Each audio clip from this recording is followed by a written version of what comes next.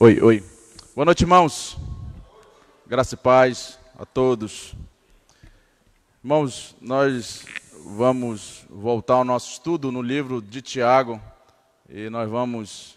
Daria para terminar hoje, né? Mas devido o tempo, né, do nosso culto à noite ser mais curto, dividir o estudo em duas partes, tá? Hoje nós vamos dar a primeira parte e no próximo domingo a segunda parte. E aí encerraremos nossa série de estudo no livro de Tiago, tá bom? Então hoje será o penúltimo, né? Penúltimo estudo na epístola de Tiago. Então abra lá sua Bíblia em Tiago, capítulo 5, versículo 12 ao versículo 15. Recomendações finais para crentes maduros, a parte 1, tá? Depois, próximo domingo, vamos ver recomendações finais a crentes maduros, parte 2, tá? Então vamos lá, Tiago, capítulo 5, versículo 12 ao versículo 15.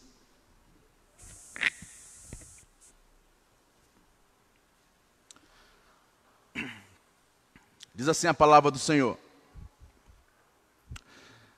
Acima de tudo, porém, meus irmãos, não jureis, nem pelo céu, nem pela terra, nem por qualquer outro voto.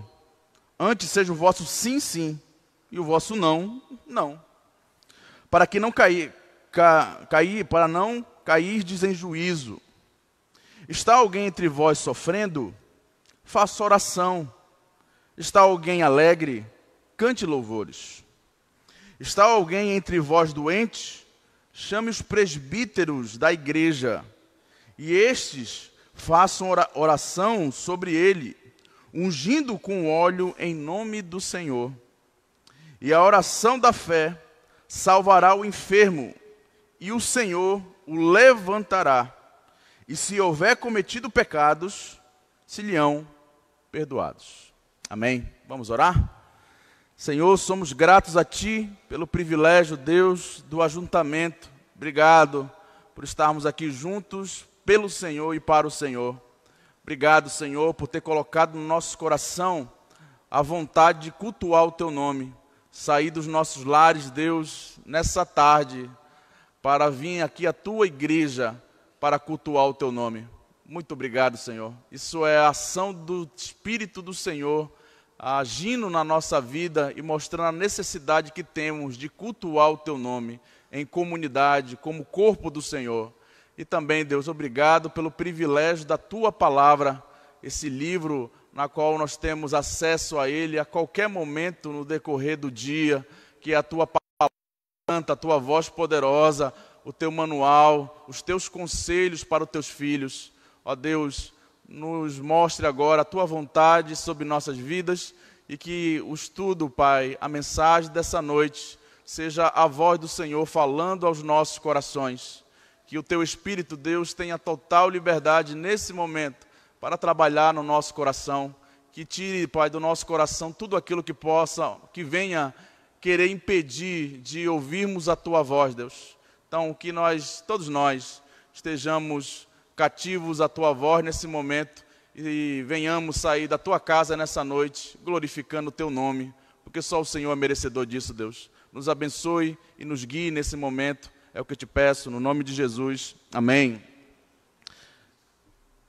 Então, meus irmãos, nós começamos o estudo no livro de Tiago, eu nem sei, né, quanto tempo a gente está estudando esse livro, né, mas já fazem alguns meses que a gente nos aventuramos sobre o estudo no livro do profeta, né, de Tiago, meio irmão de Jesus, não era apóstolo, mas era um discípulo que entendeu o seu compromisso. Obrigado, Paulinho. Diante de Deus e se tornou um grande líder ali em Jerusalém, né, um grande líder da igreja. O livro de Tiago é só o que eu desejo que os irmãos não percam de todos os estudos que nós tivemos, que os irmãos tenham isso em mente. O livro de Tiago ele se divide em 3 partes. E é isso que eu quero que os irmãos tenham na sua mente. O livro de Tiago fala sobre nascimento e as implicações que tem na nossa vida de sermos um crente em Cristo Jesus. Ele fala isso do capítulo 1 até o versículo 1 até o versículo as implicações, o que nós devemos, os desafios que nós devemos lidar a partir do momento que nós levantamos a nossa mão e dizemos, eu quero servir esse Cristo. Tiago vai dizer que a vida do cristão não é fácil. Há implicações muito maiores e desafios muito maiores para aqueles que querem servir a Cristo diante daqueles que não querem servir a Cristo. Há muitas lutas internas, muitas lutas que nós devemos travar com o nosso velho homem diariamente. E Tiago vai falar isso até o versículo 19. Bem rapidamente, bem prático, Tiago ele vai tratando das implicações daquele que nasceu de novo em Cristo Jesus. A segunda parte que Tiago trata é do crescimento. Deve estar caminhando cada dia mais, crescendo no conhecimento de Cristo Jesus. Para Tiago, é inconcebível a ideia de um cristão não estar crescendo. Tiago não entende isso. Para Tiago, um cristão que não cresce, ele denomina como não cristão. Tiago é muito radical nessa área. Quando ele olha para um crente e o crente ainda continua do mesmo jeito, no decorrer de anos de caminhada com Cristo, esse cristão continua do mesmo jeito. Para Tiago, ele é bem radical nisso, ele intitula essas pessoas como não crentes. Porque o cristão, aquele que nasceu de novo, automaticamente, ele tem que estar crescendo no pleno conhecimento de Cristo e se tornando um crente maior no passar dos tempos, no passar dos anos, dos meses. Ele tem que ser um crente melhor. E a última parte que Tiago trata, ele fala sobre maturidade, que vai lá do versículo 20 ao versículo 26 do capítulo 1 até o final do livro. Tiago vai tratando de maturidade. E ele é muito prático, né? Tiago ele não trata muito de teologia aqui no livro. Tiago ele vai falar de forma prática, né? O que é um cristão na prática. E ele fala que se esse crente não vive em maturidade, ele menciona ali o exemplo de Abraão, que esse crente que não demonstra nas suas obras que é um crente maduro, ele diz, esse crente, ele tem uma fé morta, semelhante à dos demônios, que creem também em Deus, tremem diante de Deus, mas não obedecem a Deus. Então, o crente que não está caminhando em maturidade também, Tiago o intitula como uma fé morta, semelhante à dos demônios.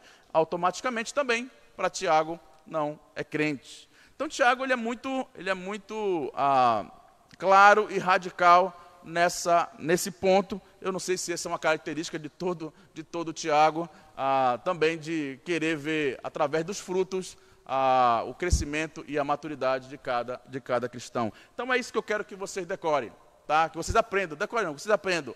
Ao abrir o livro de Tiago, vocês sabem, Tiago vai falar sobre nascimento, sobre crescimento e sobre maturidade. É isso que Tiago vai falar. Então você já tem uma ideia, ao começar a ler o livro de Tiago, vocês saberem que Tiago vai tratar desses 3 pontos. Então se vocês aprenderem isso, para mim já está de bom tamanho. E hoje nós vamos pegar a última recomendação de Tiago. O último ponto lá, Tiago está no ponto de maturidade. Agora ele vai ir para as considerações finais, recomendações finais. Ele é muito direto, ele traz ensinamentos profundos, mas muito direto. Façam isso, façam isso, façam isso, façam isso. Ele vai dando uma lista de o que o crente deve fazer para continuar caminhando em maturidade. As recomendações finais que ele nos trata. Então, meus irmãos, o livro de Tiago, como eu falei agora há pouco, ele não é um livro muito teológico, tá? Você vê muito pouco sobre a teologia, né? Sobre aspectos da salvação, sobre a base da fé. Tiago ele fala muito pouco nisso, ele não quer se deter nisso. Tiago ele é prático, ele quer saber de praticidade. Você é crente? Tá bom. O que isso implica na sua vida? O que isso tem implicado na sua vida? Como você tem mudado? Como você tem impactado as outras pessoas? Tiago é assim, ele é direto no assunto. Ele quer que a pessoa demonstre de fato com a sua vida que ele é aquilo que ele diz, que ele se tornou em Cristo Jesus. Então Tiago ele é prático, ele quer ver isso na prática. Para Tiago é inconcebível a ideia do cristão dar mau testemunho. É inconcebível para Tiago um cristão que ofende a Cristo, que envergonha a Cristo no seu dia a dia. Para Tiago isso é inconcebível. ele não admite isso, ver no seu rebanho, no seu povo, um mau testemunho diante da sociedade. Então Tiago ele é muito prático nisso, ele é direto naquilo que ele quer tratar. Então ele trata desses assuntos do cotidiano de todo crente comum, né? Ele tá preparando um povo salvo para impactar as pessoas no seu dia a dia. Ou seja, o autônomo, a dona de casa, o pequeno comerciante, Tiago está falando com esse tipo de pessoas, como eles podem impactar a sociedade aonde eles estão inseridos, na prática. As pessoas devem ver isso neles. Então, Tiago ele vai dar agora as últimas recomendações como o povo de Deus pode impactar uma sociedade no meio aonde ela está inserido.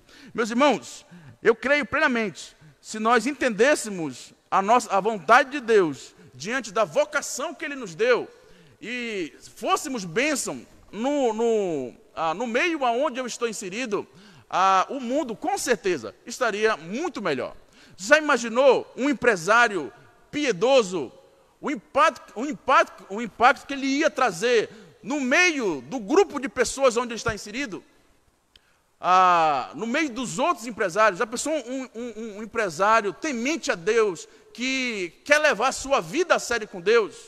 Você já imaginou um político que honre a Deus e lá na mesa onde ele está sentado, a sua prioridade seja a glória de Deus e colocar em prática o novo nascimento que ele teve? Você já imaginou o advogado dentro do seu escritório com a mentalidade e o compromisso de honrar o nome do Senhor? Já imaginou o impacto que ia ocorrer no meio da sociedade? O grande problema que Tiago ele vai combater aqui, que a vocação do impacto no meio da sociedade não é somente daqueles que optaram para o santo ministério. Não, pelo contrário, cada crente é um arauto da fé, cada crente. E cada crente é uma tocha viva aonde ele está inserido para incendiar o meio aonde Deus o colocou. Meus irmãos, há tantos cristãos que estão colocados em locais estratégicos e que se esquecem de ser bênção. Para Tiago, isso é inconcebível. Tiago diz, se você não está sendo bênção onde você está, então a sua fé é morta, semelhante dos demônios, você não é crente. Para Tiago é assim. Tiago é radical nessa concepção e nesse pensamento. Então, cada crente tem a sua responsabilidade do cumprimento da vontade de Deus onde está inserido. Então, qual foi a profissão que Deus lhe deu? Qual a vocação que Deus lhe deu? Seja bênção lá. Seja uma testemunha. Honre a Cristo aonde você está inserido. Mas nessa noite, meus irmãos, nós vamos ver duas lições preciosas para a nossa vida, da vida prática, colocando o cristianismo, colocando a vontade de Deus, vivendo como Deus quer. Primeiramente, a primeira lição que Tiago nos ensina aí no texto é que todo crente, eles têm que ser pessoas que tenham uma só palavra. A ideia é não ser uma pessoa mentirosa, onde as pessoas duvidem. Versículo 12, aí no texto. Acima de tudo, porém, meus irmãos, não jureis, nem pelo céu, nem pela terra, nem por qualquer outro voto. Antes seja o vosso sim, sim, e o vosso não, não. E o vosso não, não, para não cairdes em juízo. Então, todo cristão, ele tem que ser um homem ou mulher de uma palavra. O que Tiago está nos ensinando aqui, Jesus Cristo já nos ensinou lá no capítulo 5 de Mateus, quando ele vai falar acerca dos juramentos. O que Tiago está relembrando os irmãos do dia a dia é o seguinte: sabe o que é sim?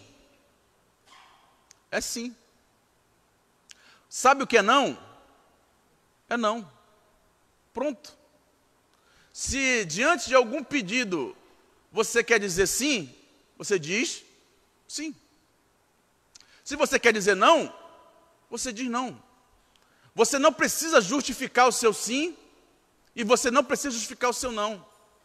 Já parou para perceber que quando nós vamos dizer não, diante do não a gente tem uma justificativa? Alguém vai pedir uma coisa emprestada para você, né? Você, não, é porque... né? Aí você inventa lá, ou você diz uma história, né? Que às vezes nem é verdade, é porque você quer dizer não, e aí você cria uma história para você dizer o não. Mas para Tiago, olha, não faça isso, não faça isso, diga não, e pronto, pronto. Não é não, sim é sim. Não precisa justificar o seu sim e nem o seu não. Essa cultura do sim, do não, direto,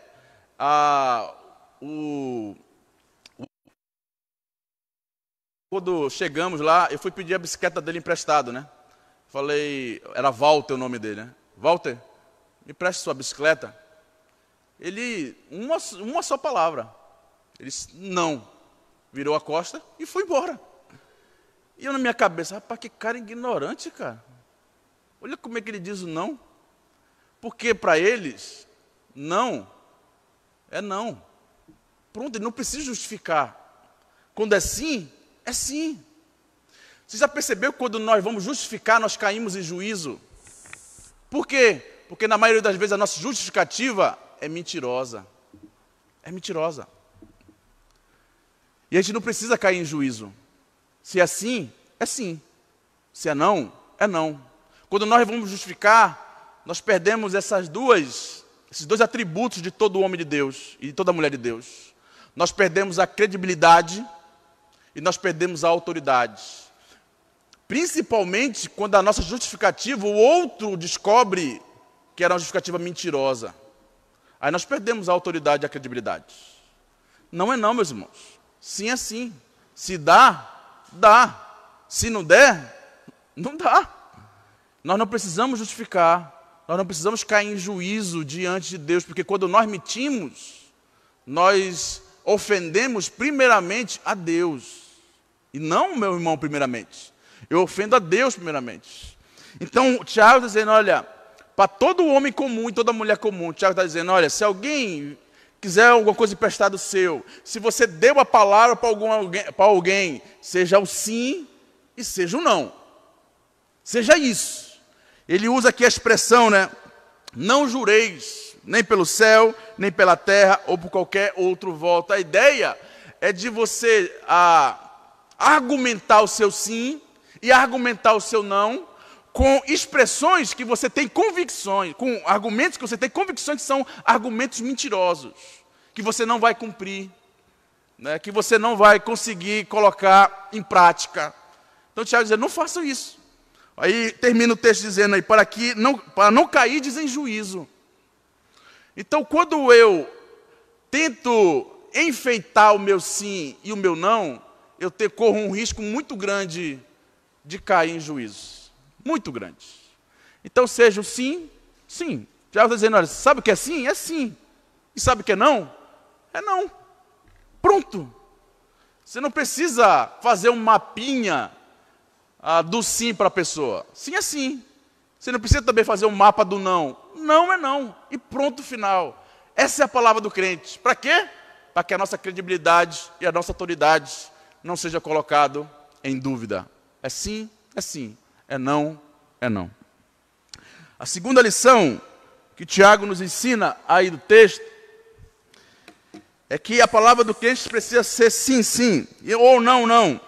Tiago também nos mostra que cada crente, cada parte do corpo de Cristo, eles precisam participar de forma ativa da vida dos irmãos, da vida de um dos outros. O crente ele precisa participar de forma ativa. Tem um salmo, o Salmo 133, que descreve como agradável a Deus é ver os irmãos unidos. Salmo 133, versículo 1. Tiago está relembrando disso, que agora eu e você somos uma família em Cristo. Somos uma família constituída por Deus, comprada, regenerada, e que é da vontade de Deus que nós participemos da vida um do outro. Participemos de forma madura da vida um do outro, né? Lembre-se que Tiago está falando de maturidade. Então, participar da vida do outro de forma ativa envolve maturidade de eu estar pronto para orar pelo irmão e não ser pedra de tropeço na vida do irmão para com os outros, inventando histórias que não são verdadeiras, para colocar os irmãos em discórdia. Provérbios capítulo 6, versículo 13 até o versículo 15, o sábio lá, Salomão, ele vai mencionar 7 pecados que Deus odeia. O 7º, Deus abomina. 6 pecados que Deus odeia e o 7º, Deus abomina. E o pecado que Deus abomina é aqueles que criam discórdia entre irmãos. Sabe qual é a expressão hebraica de abominação? É vontade de vomitar. Quando eu crio uma história para criar discórdia entre o irmão, Deus olha para aquele meu comportamento e Ele sente vontade de vomitar em cima de mim, porque Ele abomina esse pecado. Olha a seriedade desse pecado, meus.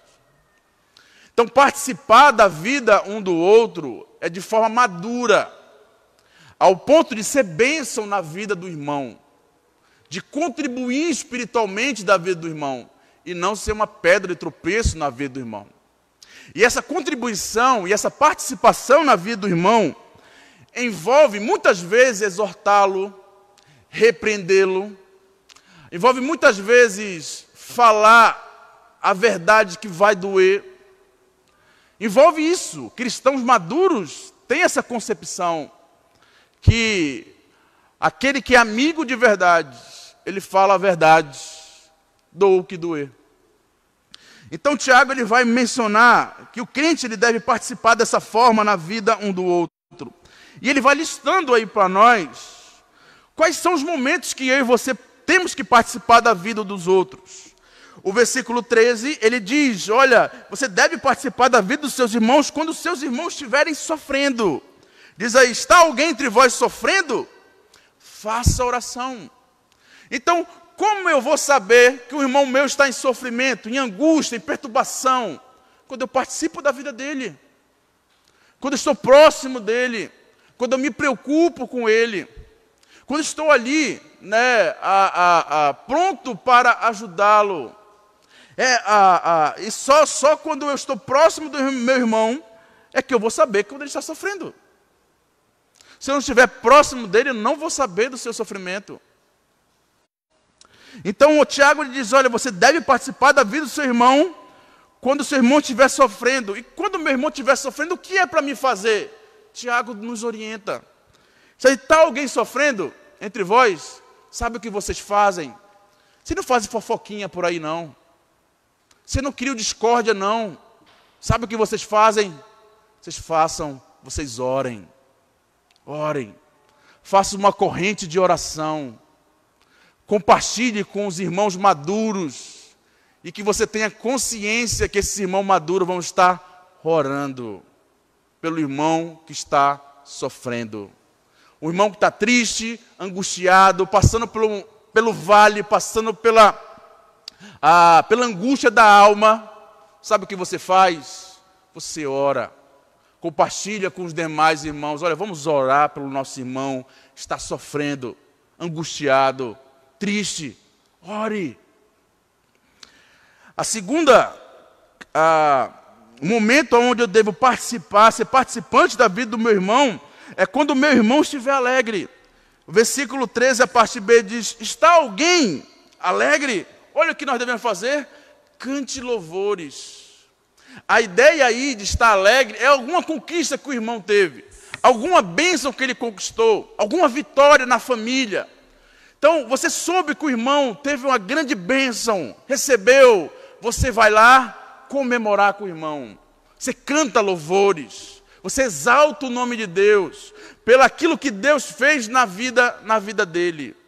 Uma das grandes tragédias, meus irmãos, do movimento evangélico hoje, é que se perdeu a vontade de contar as bênçãos, de conquistas da família, porque a grande parte dos irmãos que ouvem essas bênçãos, eles enchem o seu coração de inveja. Enche o seu coração de murmuração, porque ele não eu. Às vezes nós queremos Deus só para nós, né? Às vezes colocamos Deus naquela caixinha de sonho encantado e queremos que Deus só nos abençoe. Tiago está nos orientando, o seu irmão foi vitorioso em alguma área, se alegre junto com ele, cante louvores. Sabe como eu vou fazer isso? Quando eu participo da vida dos irmãos, quando eu estou junto com os irmãos, comemorando a vitória dos irmãos. Então, se o irmão está sofrendo, eu não saio por aí contando fofoca, eu oro pelo irmão. Se o irmão está alegre, teve alguma conquista, eu não encho meu coração de egoísmo, de inveja, eu canto louvores, eu exalto o nome de Deus, porque Deus foi gracioso na vida do meu irmão. Então, ser participante da vida dos nossos irmãos, quando nossos irmãos também estiverem alegres. É muito fácil nós sermos compassivos com aqueles que estão sofrendo. É muito fácil. Nós nos enchemos de uma espiritualidade muito vazia quando o irmão está sofrendo. Mas quando o irmão está alegre, aí que é o grande desafio. Nós cantarmos louvores, exaltarmos o nome de Deus, quando o nosso irmão conquistou alguma bênção que muitas vezes nós queríamos e Deus não deu para nós e deu para o nosso irmão. Esse é o grande desafio, louvar e engrandecer o nome de Deus pela bênção que Deus concedeu aos nossos irmãos. Também, meus irmãos, nós devemos participar da vida dos nossos irmãos, quando nossos irmãos estiverem enfermos. Versículo 14. Está alguém entre vós doente? Chame os presbíteros da igreja, e estes façam oração sobre ele, ungindo-o com óleo em nome do Senhor. Em nome do Senhor. Versículo 15. E a oração da fé salvará o enfermo, e o Senhor o levantará. E se houver cometido pecado, serão perdoados. Então, quando o meu irmão estiver doente, enfermo, passando por algum momento de enfermidade, eu devo estar lá perto, identificando. Tiago ele faz uma recomendação aí, diante dessa participação. A expressão que Tiago usa de enfermidade aí é uma dupla. Tiago está falando de enfermidade física e enfermidade da alma, enfermidade espiritual. E Tiago orienta os irmãos comuns a chamarem a liderança, para que identifique se aquela enfermidade, né, que esse indivíduo está passando é somente uma enfermidade física. Não envolve também uma enfermidade da alma, uma enfermidade espiritual, não envolve pecados. E Tiago orienta os irmãos, ao identificar outros irmãos enfermos, chamarem a liderança, chamarem os presbíteros, para que estejam lá também juntos, participando da vida do rebanho. E identificar se aquela enfermidade é somente uma enfermidade física ou é uma enfermidade da alma. Ele recomenda duas coisas aí. Ele recomenda ser tratado os dois aspectos. Ele diz, se estiver doente, passem, né, ungindo com óleo, orando e ungindo com óleo em nome do Senhor. A ideia desse óleo aí, meus irmãos, é um óleo medicinal, um óleo que trazia refrigério para o físico. Não é esse papinho furado de óleo ungido que nós vemos por aí, meus irmãos. Isso aí é misticismo, né? É macumbaria gospel. Tá? Aqui a ideia era de um óleo medicinal, onde os presbíteros tinham a função de trazer esse refrigério para o físico do seu rebanho. E ao trazer esse refrigério para o físico, eles oravam em nome de Jesus. Então a ideia desse óleo aqui é um óleo medicinal. Não é esse óleo que eles botam aí do mercadinho, que eles compram, dizendo que é óleo não sei de onde, né? E vendem, né? Eles vendem esse óleo, né? Para que o povo leve para suas casas e quando eles tiverem algum problema, tribulado, eles pegam o óleo, né? E eles mesmos se passam sobre si. Então, isso aí é... deixa para lá. Então, Tiago ele mostra como nós podemos participar da vida dos nossos irmãos.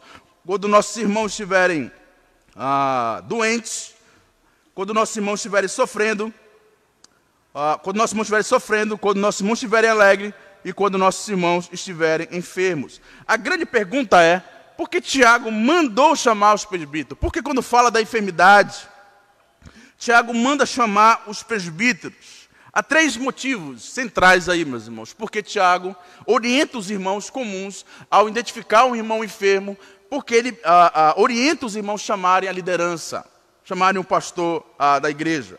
Primeiramente, porque são eles que foram ordenados pela igreja para assumir o cuidado do rebanho. Então, um dos rebanhos está enfermo, doente. É recomendável que os irmãos orientem o pastor. Olha, tem um membro do rebanho que está doente, enfermo. Vai lá e identifique se é somente uma enfermidade física, se precisa de uma intervenção da igreja para ajuda financeira. Vai lá, veja se é somente questões físicas ou se são questões espirituais envolvidas. Vai lá, né, esteja participando. Então, Tiago ele orienta isso mediante essa ordenação que foi dada a esse presbítero. O segundo motivo é que são os presbíteros que regem a igreja. Ele vai diante de uma conversa pessoal com aquele indivíduo, se há alguma coisa por detrás, né? Se é somente uma enfermidade física mesmo, se é somente uma tristeza profunda, ou se tem questões de pecado. Por isso que ele vai falar no finalzinho aí do versículo 15, se tiver cometido os pecados, se haver uma confissão ali, os pecados serão perdoados, através da oração em nome do Senhor.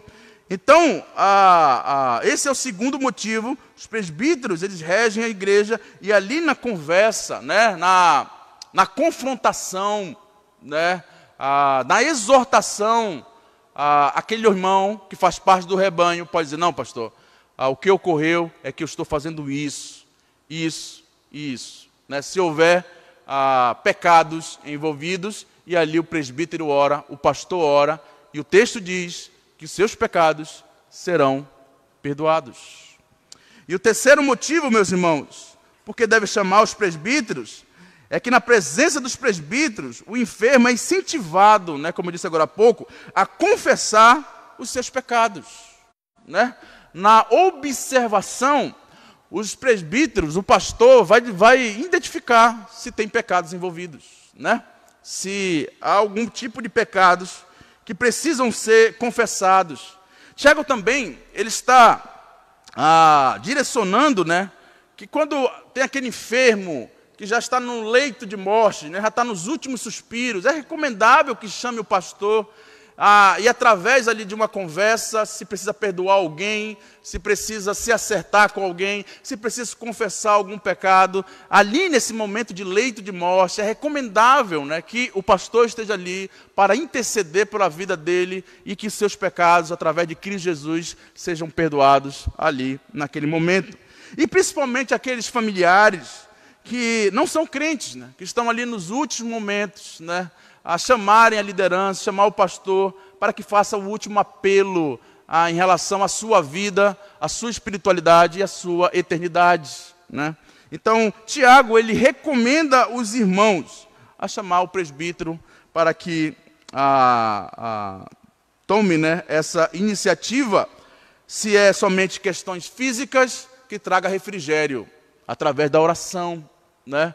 Hoje não é mais necessário esse óleo medicinal do tempo aqui de Tiago. Hoje tem outros mecanismos, outros medicamentos, né? Ir na casa de um irmão e ver que o irmão está precisando de algum remédio, é só vir na farmácia, compra o remédio, leva para o irmão, identificar essas necessidades, né? É exatamente isso que Tiago está querendo dizer aqui, quando ele menciona esse óleo, né? O presbítero está levando um medicamento para o irmão que está precisando de refrigério para a sua alma.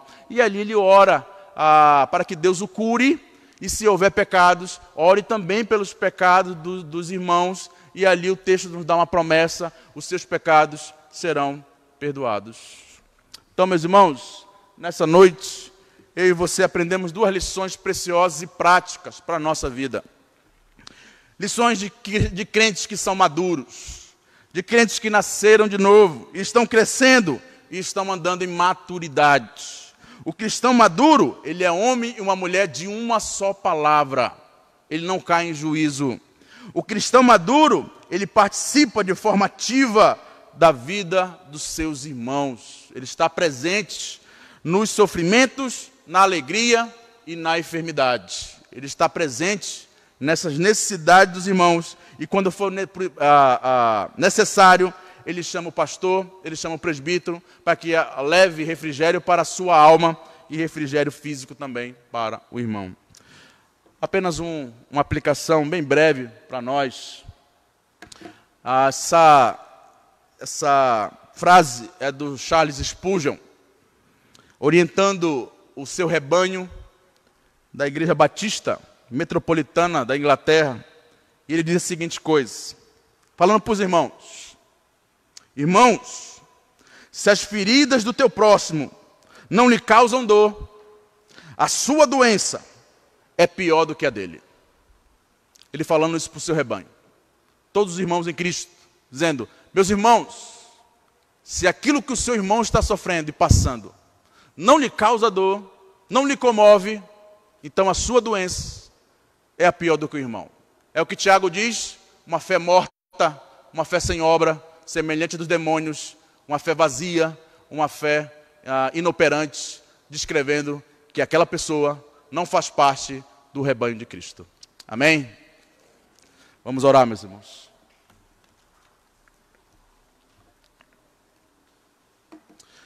Senhor, como é precioso, Deus, a Tua palavra. Como a Tua palavra, Deus, nos mostra como nós devemos viver. A Tua palavra é muito clara, Deus, a forma como o Senhor quer que cada um de nós venhamos a viver. A Tua palavra é clara em relação a isso. E nos ajude, Deus, a cada dia nos tornarmos cristãos maduros no Senhor, Deus.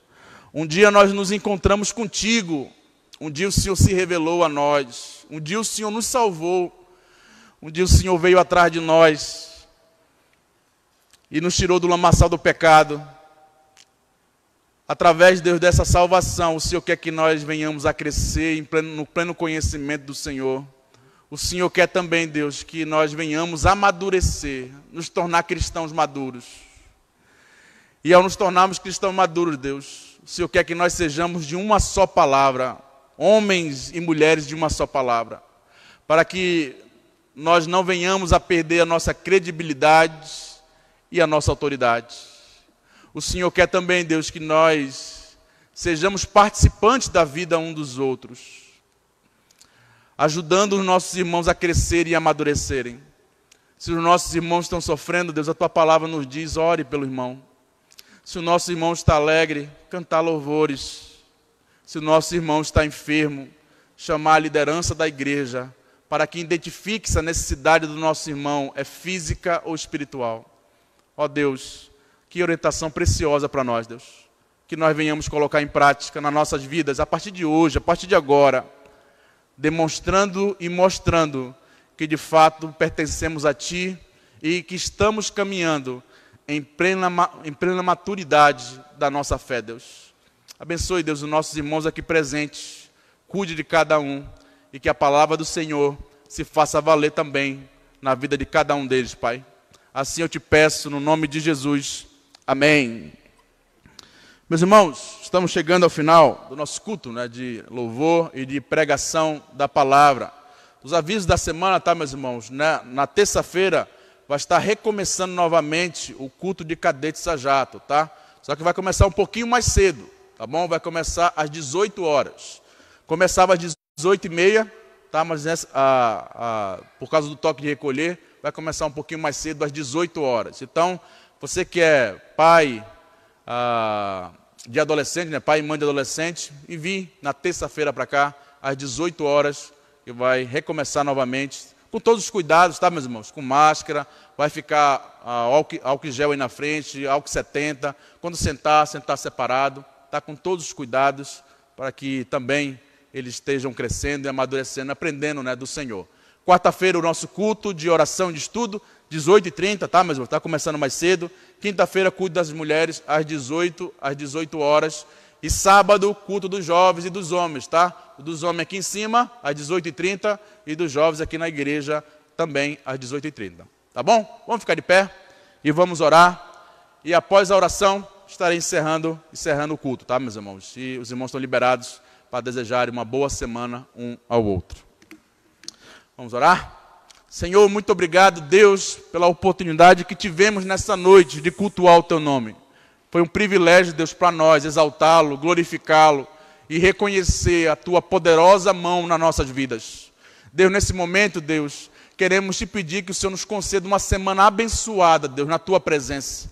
Nos proteja, Senhor, de todos os homens maus, de todas as mulheres maldosas. Nos proteja, Pai, daqueles que tramam contra as nossas vidas para querer nos desviar dos Teus caminhos. Também, Deus, nos ajude a ter discernimento para identificar todas as ciladas do diabo contra as nossas vidas. Que o Senhor, Pai, nos dê força para vencer todas as tentações do nosso coração e assim glorificar o Teu nome, Pai. Abençoe, Deus, a Tua igreja, abençoe, Deus, o Teu rebanho, abençoe o Teu povo, Pai, no decorrer dessa semana, e que a Tua palavra, que aprendemos tanto na escola dominical, como agora no culto à noite, se faça valer na nossa vida no decorrer da semana, Deus, e assim o Teu nome seja glorificado.